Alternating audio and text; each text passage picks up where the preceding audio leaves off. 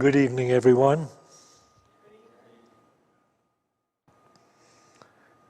You have braved the wind tonight to be here. So I hope it will be rewarding for you. It's that kind of devotion that's required for you to find your way into that divine estate that the masters share. And without that kind of devotion, it's not likely anyone will arrive. It will take some more time. But interestingly enough, this evening a gentleman asked me if at some point I wouldn't weigh in on the vaccine issue, whether to be vaccinated or not vaccinated. And my initial response is the Unity response, that Unity does not take a position on these social issues. You'll notice that Unity doesn't take a position on abortion, it doesn't take a position on anything like that. Because Unity's whole concept and approach to the spiritual truths is that each person must eventually become courageous enough to trust their own inner guidance. So Unity doesn't separate God out from certain people. Unity believes that we are made in the image and likeness of God, that the essential nature of God can be accessed in any human being. And so what we do in Unity is we do the classes and the discussions and the meditations, and we try to help people become courageous enough and devoted enough to meditate and allow that refined nature, which exists quite often only as potential in people, for that refined nature to be nurtured enough to begin to come forward and be trusted by individuals. So that's why we don't have a particular position on whether or not someone should be vaccinated. I mean, if you look at the issue, you can see how there's so many factors that would go into it. There are people definitely whose health is not really good. And if they were to contract COVID, they probably would have a tough time getting through it. And so maybe those people would be wise to get vaccinated, to try to do whatever they can to prevent it. And on the other side of the coin, you have extremely healthy people who, even if they got COVID, it wouldn't have that kind of an effect on them except to maybe give them the immunity that they would have gotten anyway. So there's different levels. Certainly, we in the Western culture, we could probably do ourselves a great favor by eating better. For the most part, so many people in the Western culture just do not eat in accordance with what would bring them better health. They just eat anything, and they somehow or other think they're going to get their way through it, and they're not doing their bodies any favors by eating a lot of things that are not in keeping with harmony on the physical level. I give the example of the pill that people take for heartburn. They have this pill that said, well, if you're going to eat something that causes you heartburn, take this pill before you eat it. That's a confession of insanity. Because if your body is telling you that this particular food causes you heartburn, the most reasonable thing anyone could do is not to eat that food. But here, medical science says, look, we want to sell you a pill. So you can just destroy your body. And I don't know, sometimes you'll hear about the different things, side effects that you get. We should all know, people in Unity should all know, there is a high level of reasoning, a high understanding that comes to us in spiritual practice, because what we are doing is we are consulting the omnipresent intelligence of all life. We are getting in touch with God consciousness, and that will guide us in every type of situation and condition we may encounter. And another thing that we have a problem with on this journey, from our youth, we were, we were extolled for being right. When we made a right decision, did something right, but we were praised for the rightness and the choice that led to that. And I believe that one of the most difficult things for human beings in the Western culture is to accept the fact that they may be wrong. So being right is so important to people, they will go to blows over it, because they want to foist the idea that they are right. And A Course in Miracles asks a very important question. Would you rather be right or happy? And I would bet that the majority of people who haven't been on the path at all will choose to be right, because they believe that's what will make them happy. And all that is extolling the ego-centered idea of themselves. To be right is very important to the ego. Anyway, you hear of the battles that are taking place even within families over the whole vaccine issue. I mean, it's dividing families. People are being divided over this whole idea that you cannot give another person room to decide differently than you. Certainly there are things that people will want to do to protect themselves from the virus. There's nothing wrong with doing that. But to make such issues out of it as to divide your families up and fight and break down any type of harmony whatsoever is just another one of the problems that human beings are creating for themselves. We should know this. In life, there is real suffering. You cannot get around suffering. In the world, you will have tribulation. Jesus said, in the world, you will have tribulation. Problems, suffering. But be of good cheer, I have overcome the world. And then there's the implication, follow me. So, we, for the most part, and I keep speaking mostly for the Western culture because I'm not familiar with a lot of the different Eastern cultures and how they might be training their children.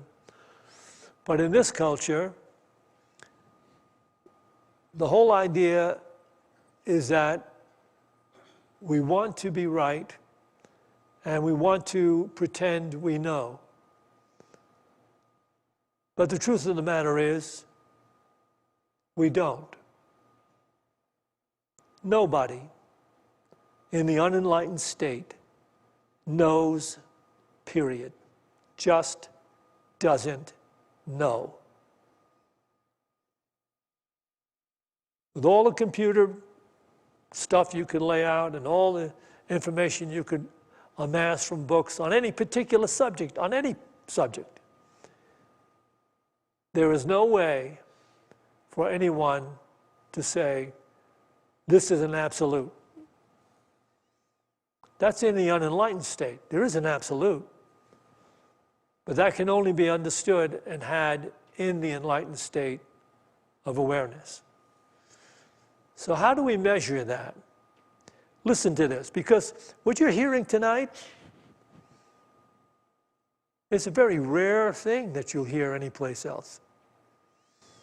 But let's look at what the Master of Life said that we actually just never got in touch with.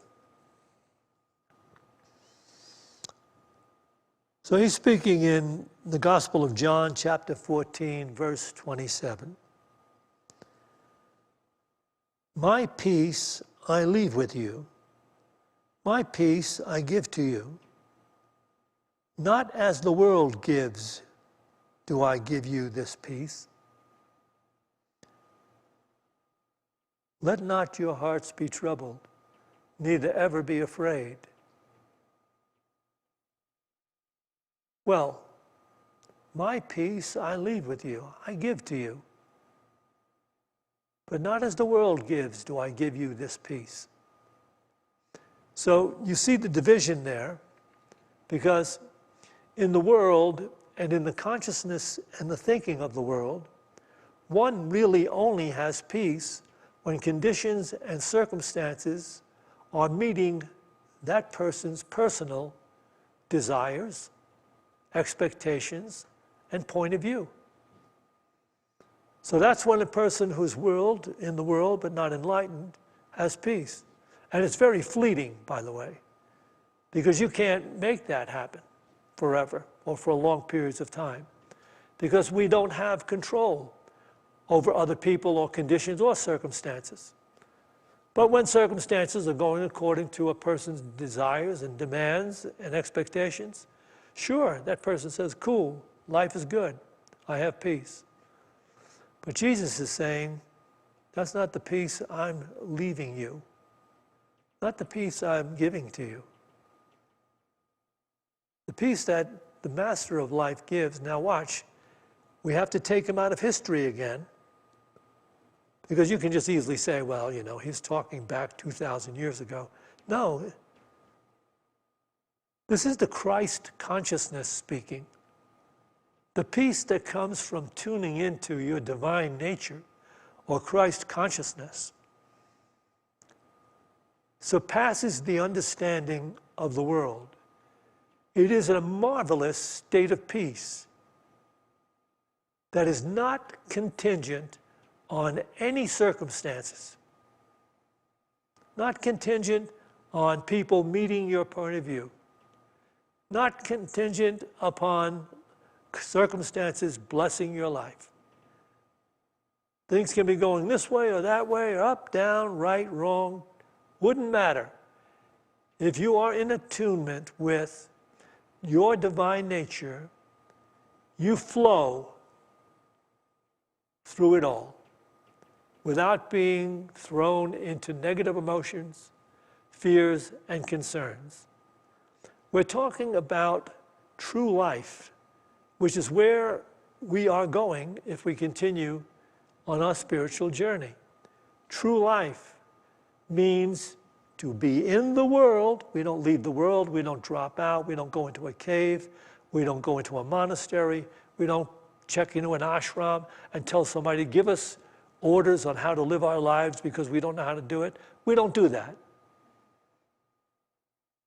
We remain in the world, but we're no longer of the world, because our spiritual practice creates a priority in our awareness. Here you have freely given to you right now the priority.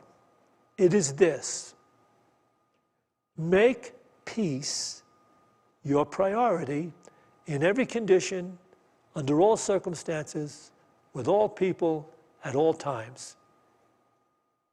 Live your life with the priority that you really do want peace more than you want being right, more than you want getting that promotion, more than you want getting ahead in the world. You want first. If you get ahead in the world, that's great. If you get a promotion, that's wonderful. You hit a lottery, fine. If you make more money, wonderful. But the priority of peace should never leave you. Because if you surrender the peace, you surrender life, true life, and you will ultimately be succumbed. You will be just literally broken to pieces by the world because you can't sustain getting your own way. Nobody can, nobody ever did, nobody ever will. Look at all the people that had all the money and all the power they could possibly amass in the world, and they were not able to get their own way the way they wanted it. So many of them wound up in alcoholic treatment centers. Some of them committed suicide. Some of them went on drugs. Yes, there's some people that have amassed a great deal of material wealth. But they also are meditating, and they're into the truth that has made them free because, listen to it, they still have the priority in their awareness of peace. So it doesn't matter how much money you have or don't have. You can only come to life if you know how to be in that state that Jesus or the masters or the teachers down through the ages are talking about. And if you want to measure your spiritual development, you can measure it right now. How much peace do you have in your life generally? Are you cast into anxiety, fear, depression, worry, fidgeting and fighting with everybody over situations that really declare nothing of reality or value? Ask yourself, how much peace do you have? That's how close you are to being enlightened. So the Course in Miracles will speak to that as well. This is the kind of stuff that makes people throw the Course in Miracles books against the wall. Here it is. Maybe you've done this. Maybe you've thrown your Course in Miracles book against the wall. Think not you understand anything until you pass the test of perfect peace. For peace and understanding go together and never can be found alone. Each brings the other with it, for it is the law of God, they be not separate. They are cause and effect, each to the other, so where one is absent, the other cannot be. I'll read that to you again. Just to see, as I read this, the people that are really on the journey and into it for quite a while, they're sitting there enjoying it because not only is it their priority, I'm saying they're right. So they have the double blessing there. But for those people that haven't been on the journey for a while, this is bothersome. Here it is again. Think not you understand anything until you pass the test of perfect peace. For peace and understanding go together and never can be found alone. Each brings the other with it, for it is the law of God, they be not separate. They are cause and effect, each to the other. So where one is absent, the other cannot be.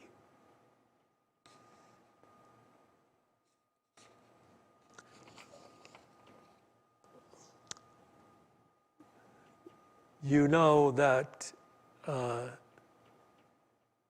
when we're in a debate and we're trying to demonstrate our understanding, there is a certain place in that dialogue or debate or discussion, if you will, where we have to be awake enough to know that the points of the debate have already been said and made.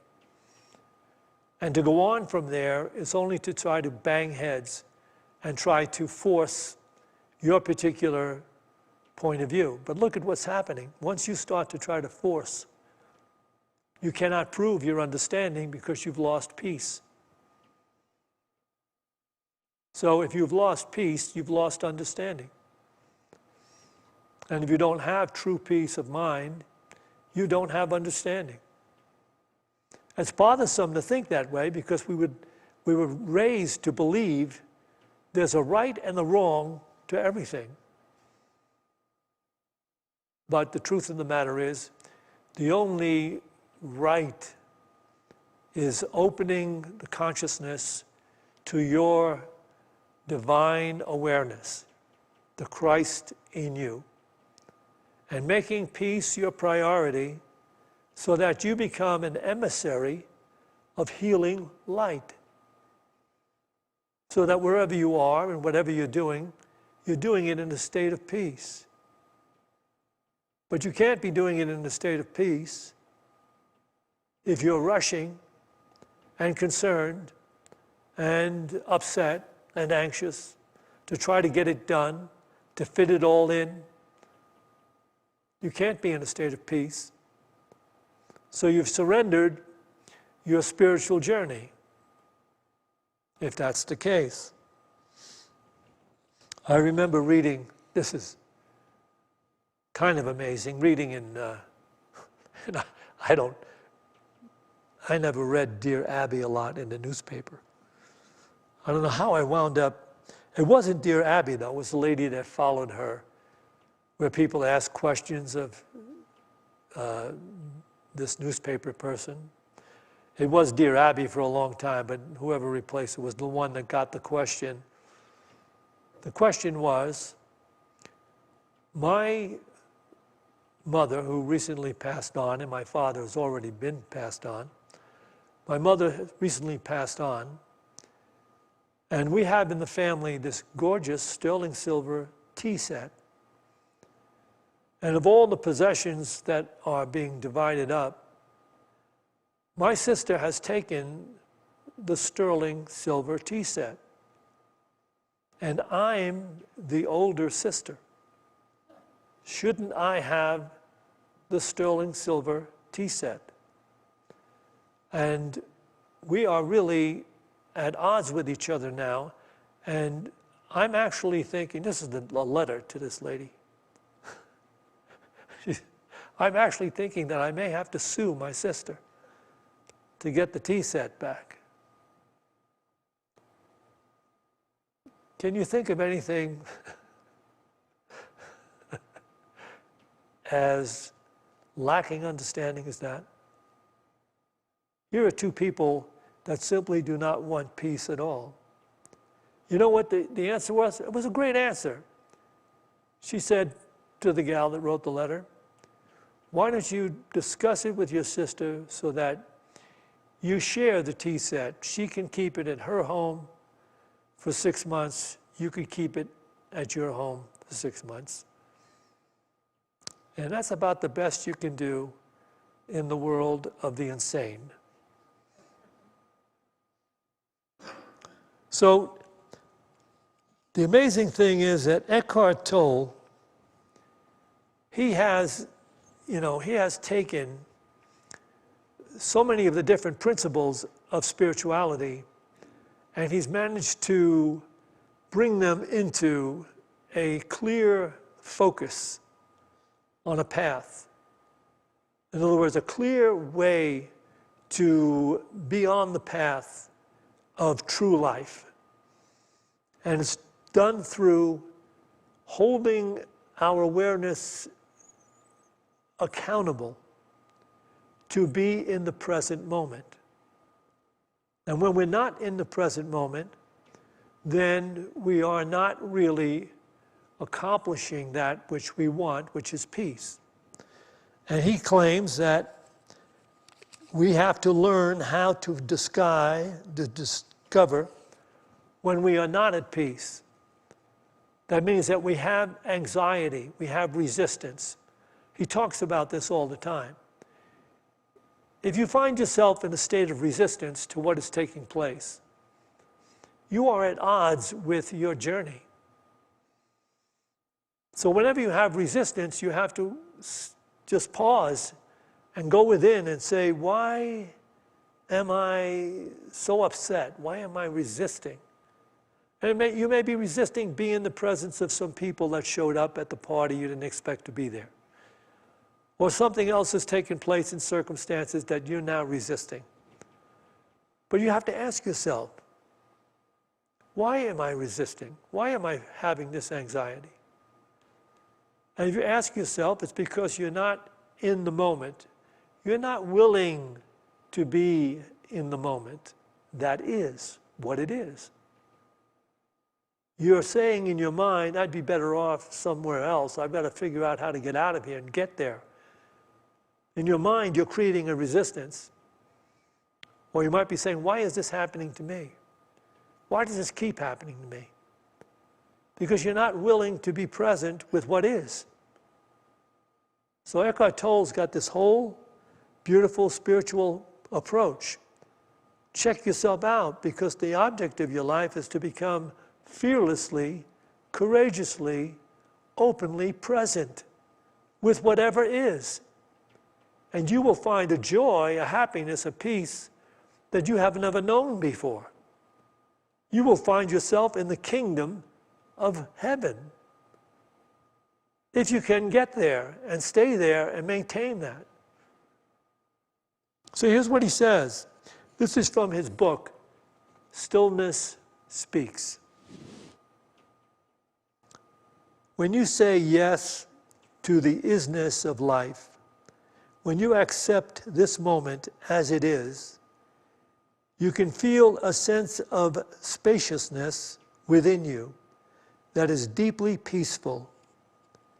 The yes to what is reveals a dimension of depth within you that is dependent neither on external conditions nor on the internal conditions of constantly fluctuating thoughts and emotions. I'll read this again. This is where our practice is, by the way. This is where the priority comes in.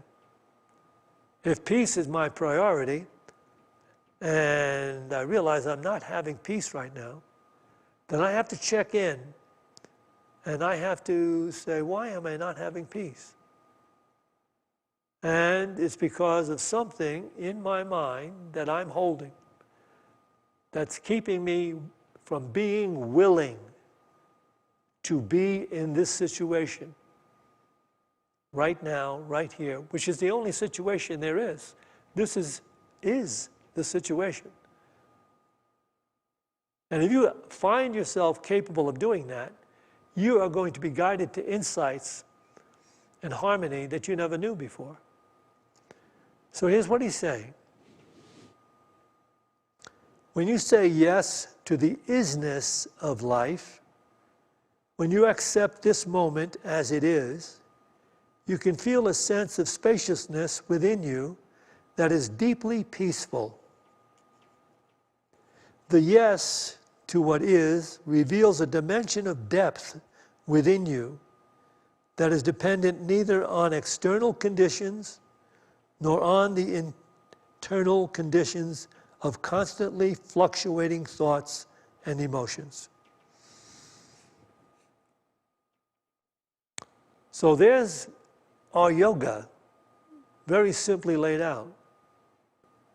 The yoga is to make peace the priority, and the way you do that is by the willingness to be present with life as it is, and not necessarily angsting over the fact that you wanted it to be something else.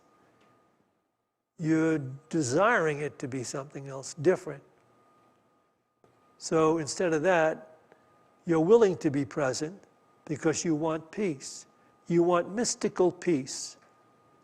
And if you are attempting to accomplish that, eventually you become an emissary of light, because with that comes insight into what would possibly heal the conditions that you're resisting. It may be, look, it may be at this moment, in these conditions, you really wanted the tea set, but you decided peace between you and your sister was more important. So you called her up and you said to her, you know what? You so deservingly should have the tea set. And I'm glad you have it. And be done with it. And you'll walk away with a freedom that you didn't have before. That anxiety, that anger, all of that negative emotion that's built up over this tea set is gone. And that's what we do moment to moment to moment. You get insights. It might be that some situation will arise where you say, you know what? I could bring peace here simply by saying, I'm sorry. You feel that way. And then something will open up within you. So be careful of inner resistance to the conditions of life, which are ever changing, shifting, and moving around. So our calling is to be present with a priority of peace. And if you have a priority of peace, you can ask in that state of peace, what would bring peace here? What would bring healing to this situation? And you will hear it very clearly. Do this or don't do this.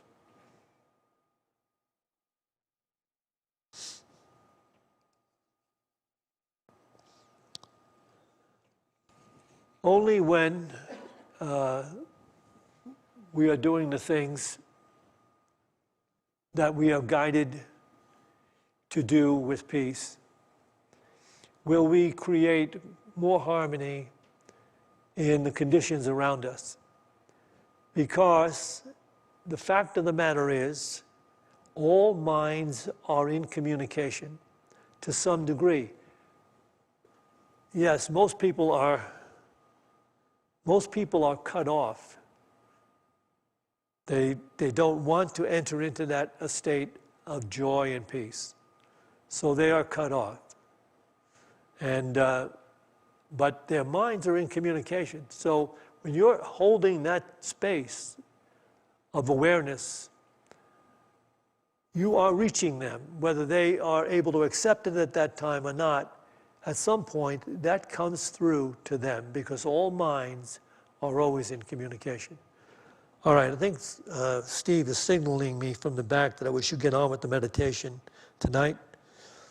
And we will do that. We're going to meditate together.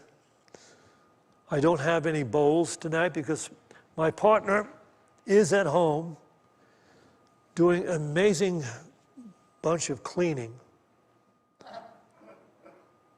We have guests coming in for the Christmas holidays, and she's determined to make the house, spick and span, spotless. So she couldn't make it tonight. And we actually don't need the bowls to meditate. We can use our meditation breathing. So if you had no other way of meditating, you could just meditate on the breath. Some meditation techniques have you just counting the breath, like 1, and then out, 2, release, 3, out. So you could do that. But I prefer to use a mantra that leads us into the name of God, so that we're breathing in the name of God and breathing out the divine energy that comes with abiding by that name of God. So let's take it this way. We'll use this mantra: God is love. Love is life. I am God's life. I am. I am. God is love. Love is life. I am God's life. I am. I am. Breathing in the I, breathing out the am. God is love. Love is life. I am God's life. I am. I am. I am.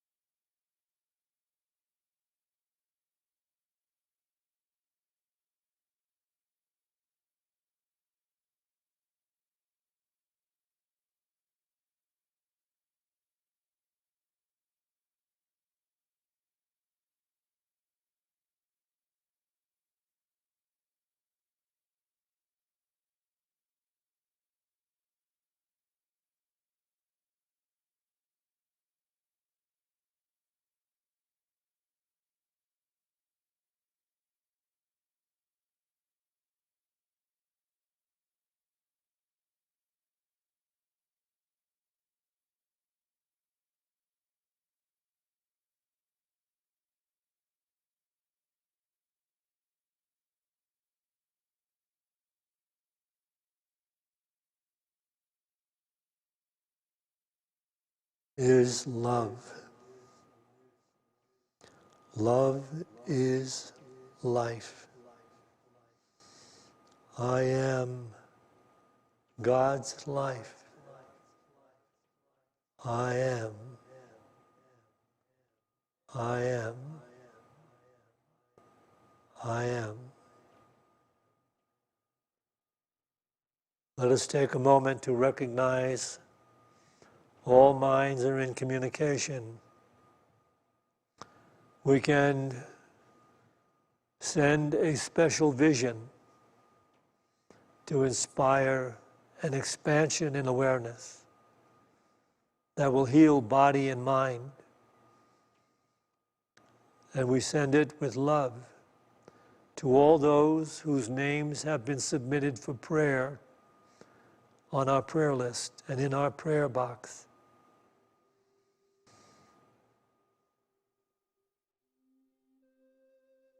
And as we begin to recognize our interconnectedness with all people, we should allow the awareness of divine harmony to prevail over all of the inharmony created by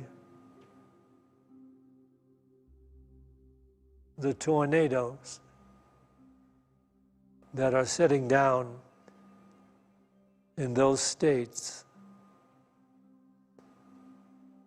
Our prayer is for harmony to be restored and people to recognize the necessity to be in harmony with one another by choosing peace instead of being right. And so our prayer goes out throughout all the people sharing this planet with us. As we pray, the light of God surrounds us. The love of God enfolds us. The power of God protects us. The presence of God watches over us. Wherever we are, God is. And God is love. And so it is. Amen.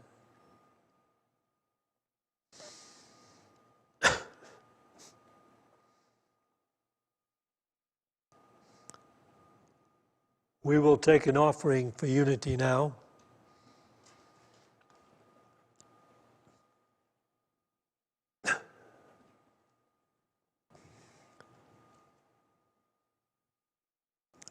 We'll pass the bags around.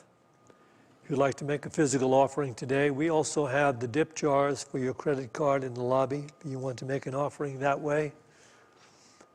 And those of you online, there are a number of ways. If you just scroll down to where it says donate, you will be shown how you can donate to Unity of Boulder. So let's bring to mind that financial gift we'd like to make to Unity, and let's bless it with this offering prayer. Divine love, through me, blesses and multiplies all that I have, all that I give, and all that I receive, because I give. And so it is. Amen.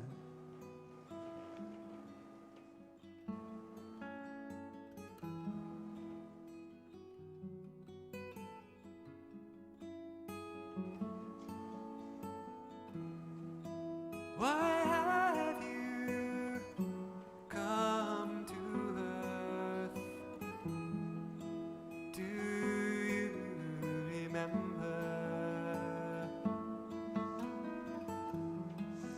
Why have you taken birth?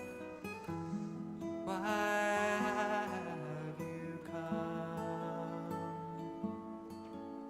to love?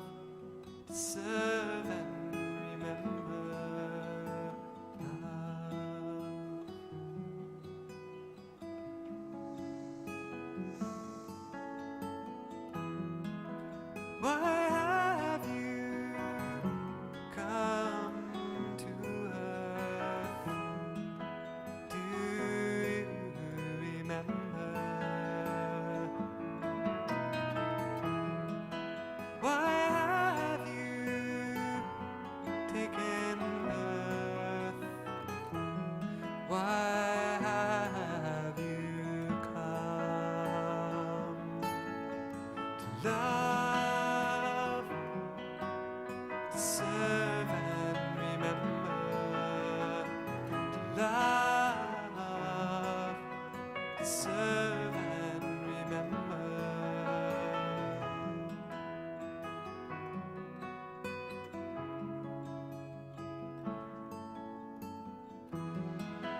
Why have you come to earth? Do you remember? Why have you taken birth?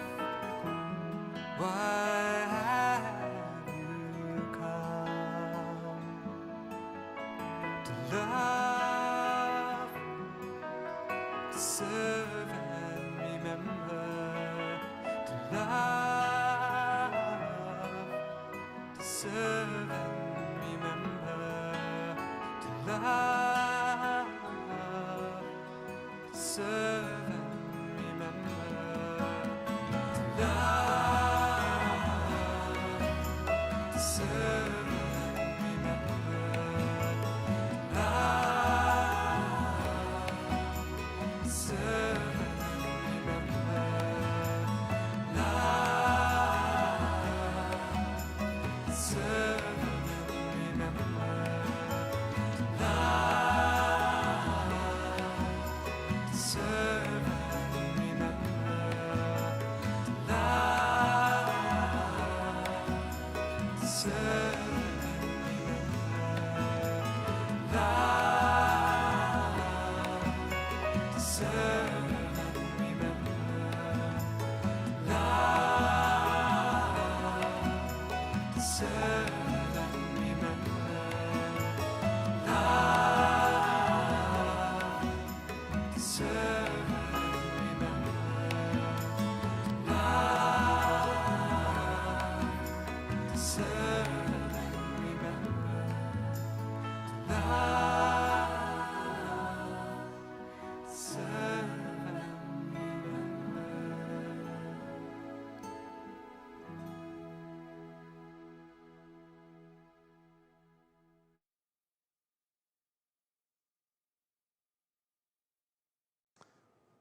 Join me now, please.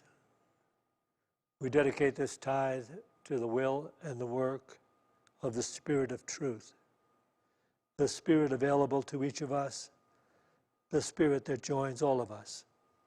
We dedicate this tithe to the victory of the Spirit of truth. Amen.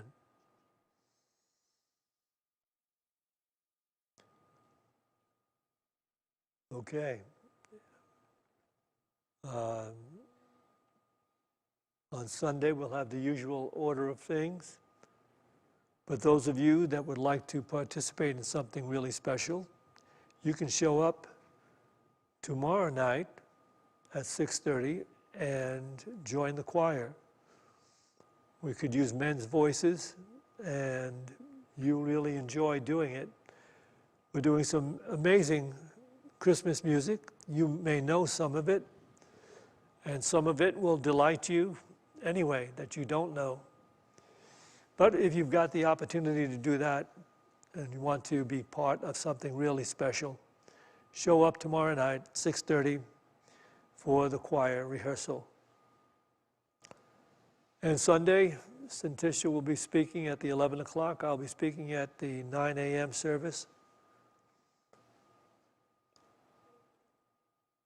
I believe that